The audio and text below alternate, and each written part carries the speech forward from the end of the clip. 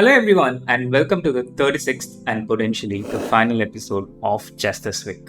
Now starting with the big news this week, the Women's World Championship match, and this was successfully defended by the Women's World Champion, the reigning champion, Angel. Now this is the second time that she has defended her World Championship title. She won this in 2018, defeating the then World Champion Tang Zhongyi, and in 2020 she managed to defeat Goryashkina from Russia, and now she has defended it for the third time. This was a spectacular performance by Angel, and she gave credits to her coaches, Wei, with whom she has been working for the past 6 months, and our own Grandmaster Pentala Harikrishna. The match consisted of 2 legs, the first 6 games happening in one city in China and the next 6 matches happening in another city. The first half was dominated by her opponent, the challenger Lei Tinghe, but in the second half, Angel was convincing from the beginning.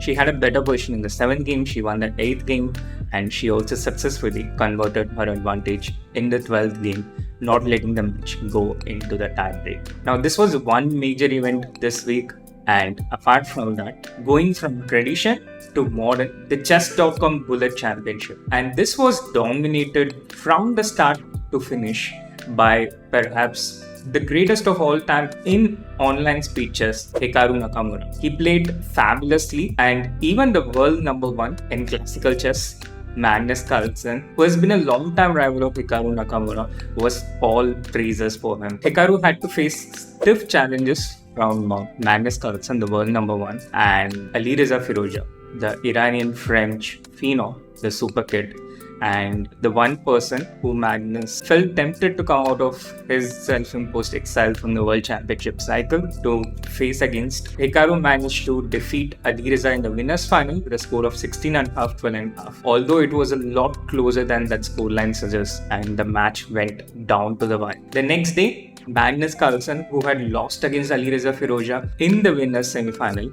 came roaring back, defeating Daniel Naroditsky, Andrew Tang before that, Daniel Naroditsky, and eventually Alireza Firouzja. And this set up a spectacular grand final between Hikaru and Magnus, which again went down to the wire. Although Magnus never got to lead in this match, Hikaru was leading right from the beginning, and at one point it was 15-15 at the end of regulation time, but Hikaru just took off. He won those critical moments, the critical matches, and went on to win deservedly with a scoreline of 17-15, winning a first prize of $20,000.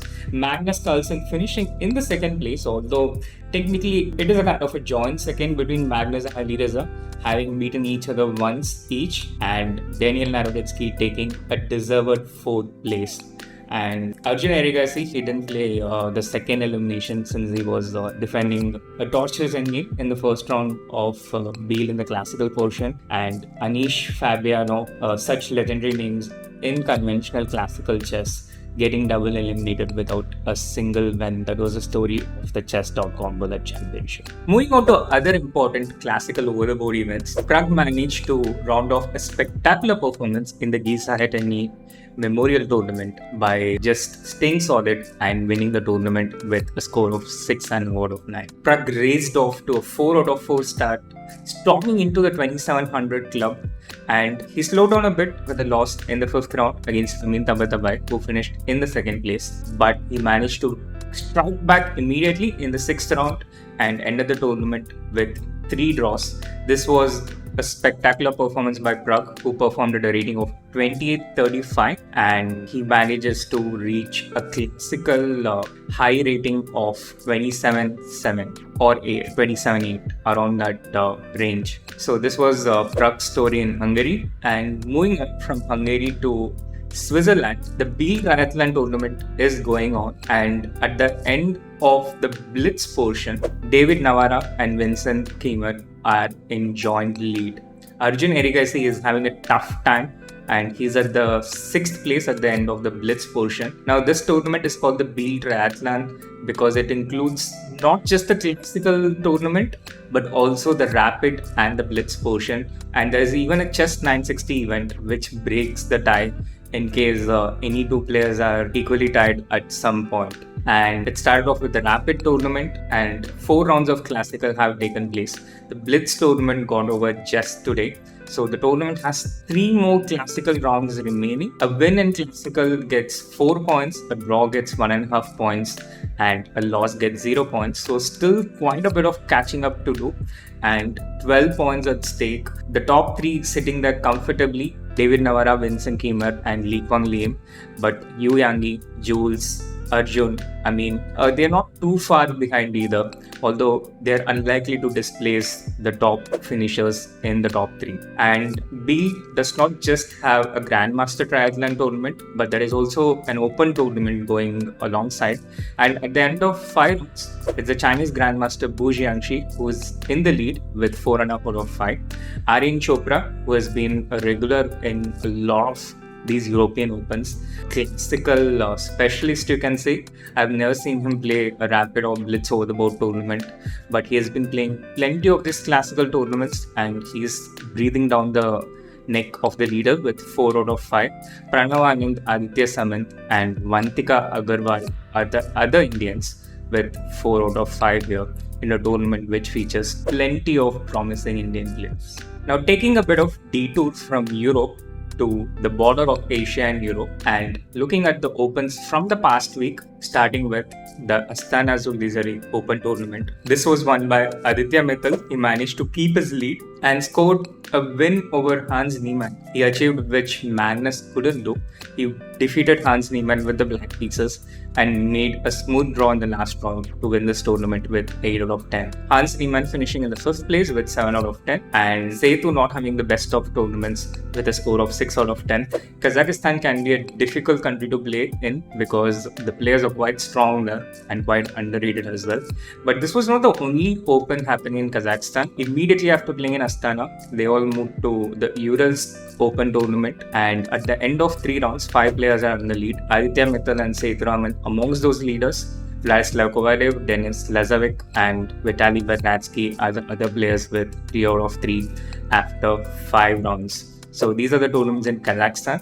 Moving on from Kazakhstan to Europe, the Serbian Masters is going on, and at the end of round 6, Raunak Sadvani, who has been having a little bit of rough patch in recent times, he's come back to form and he has a score of 5 out of 6. He's leading the tournament, the next best players pursuing him at 5 out of 6. And there is also the recently crowned Grandmaster, Pranesh, who has 4.5 out of 6. Again, plenty of Indians playing in the Serbian Masters as well. These are the stories from some of the prominent Opens in Europe. Now, saving the best bit of the chess this week for the last, Gukesh has become the youngest ever chess player to breach the 2750 mark. He reached this 2750 rating after winning his last 3 games in the Turkish League tournament, in which Vidit and Vaishali were also his teammates, and he managed to perform fantastically there, increasing 7 points, and his team, Turkish Airlines, also won the tournament, which was a bit of a foregone conclusion, but nevertheless, congratulations to Turkish Airlines for winning the Turkish League, Gukesh for this amazing feat of crossing the 2750 milestone. It usually takes an average of 3 to 5 years for even the best of players to go from 2700 to 2750.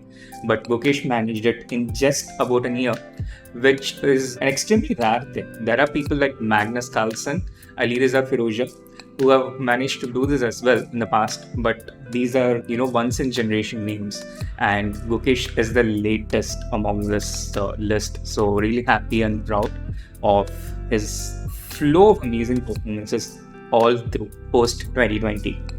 And Vijit has also managed to increase some rating. He moves on to 27-23. Looking at the list of Indians in the top 100, Harikrishna managing to, he had this rating in the last week as well. He increases 3 and he moves to 27-11. Prag breaching the 2700 mark. He has a rating of 27.7 and he has overtaken Arjun Erigaisi, who's been having a hard time in the Beal Classical tournament. He has lost 9 points and dropped to 2700. Nihal losing a little bit of rating in the Turkish League.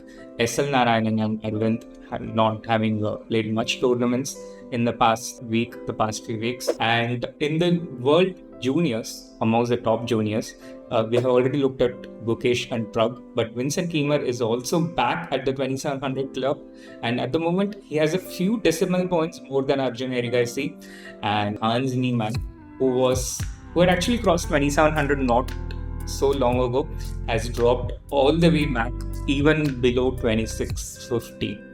Friedrich Swaney, who is the brother of Rasmus Swaney, he has increased some rating. He moves to 2634. Murzhin, one of Russia's promising juniors, at 2631. Leon Mendonca has kept increasing his rating steadily, but Ronak Sadhwani has increased a bunch of rating. So he's back to 2623. At one point, he was close to dropping below 2600, but he's come roaring back. And this is the sum up of the World Juniors. There's also a US Juniors tournament going on right now. Abhimanyu Mishra, the youngest grandmaster in the world, dropping just a little bit of rating points. Nothing that cannot be gained back in one game. That's this episode of the Chess This Week. If you like this episode, then do hit the like button. Subscribe to the channel if you haven't. And see you all soon if there's another episode of the Chess This Week.